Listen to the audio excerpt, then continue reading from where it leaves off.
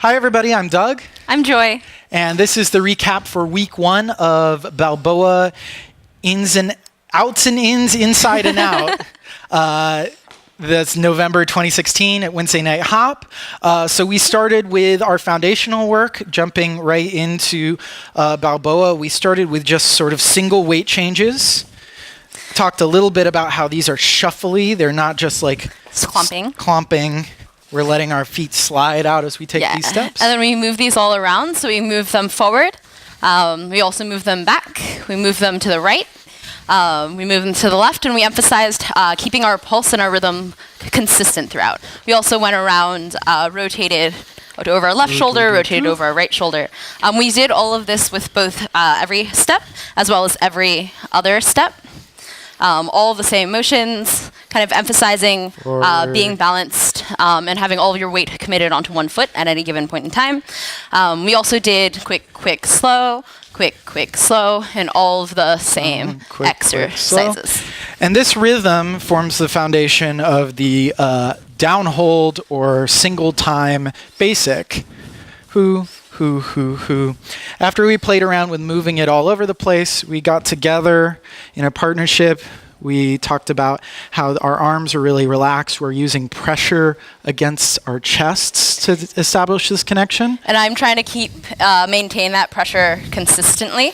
The same for me. I don't want to make it hard, so I'm not leaning backwards over my shoes or trying to get up on top of Joy. I'm just standing on my own balance and keeping my weight a little bit forward. We then added this sort of direction of back, forward, back, forward, back. And this mostly applies to the lead because we are setting the direction, and Joy is just sort of responding to me asking her to move in this pattern. Yeah, by keeping my weight always over only one foot.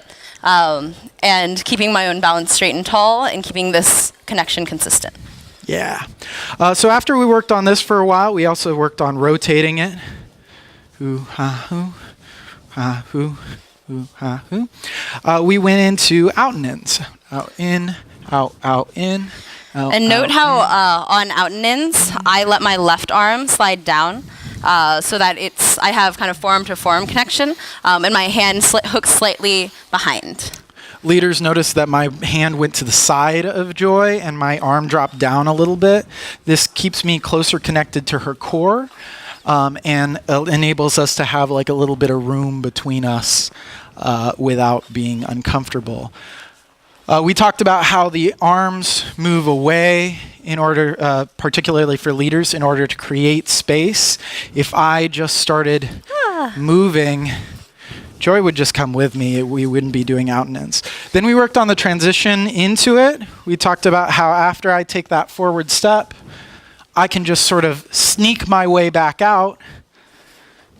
And when he does that, 3, 4, 5, 6, I feel him kind of bringing me back in. Then I allow my left arm to come in and wrap around. Yeah. So, and then the transition back in, we talked about a really nice way to do that is as I come back on my left foot, I'm just going to turn a little bit. And that's a really nice way to open up back into closed position, is to do this sort of little rotation as we ask our partner to come back to closed. So I'm stepping a little bit further forward than I would for an out and in, and I'm also trying to really make sure Joy feels like a path directly to closed position. Anything else? Do you want to show crossovers? Oh, yes. We showed crossovers, which we'll be going over next week, which is just sort of a variation on out and ins. Cross. Oh, we also showed a really cool little transition just using all the stuff we did today. It just involves rotating basics, going into out and ins and keeping that rotation going, and then going back in using that rotational transition. So you can keep that rotation going, and it's a cool feeling. So play with it. Try it out. See you next week.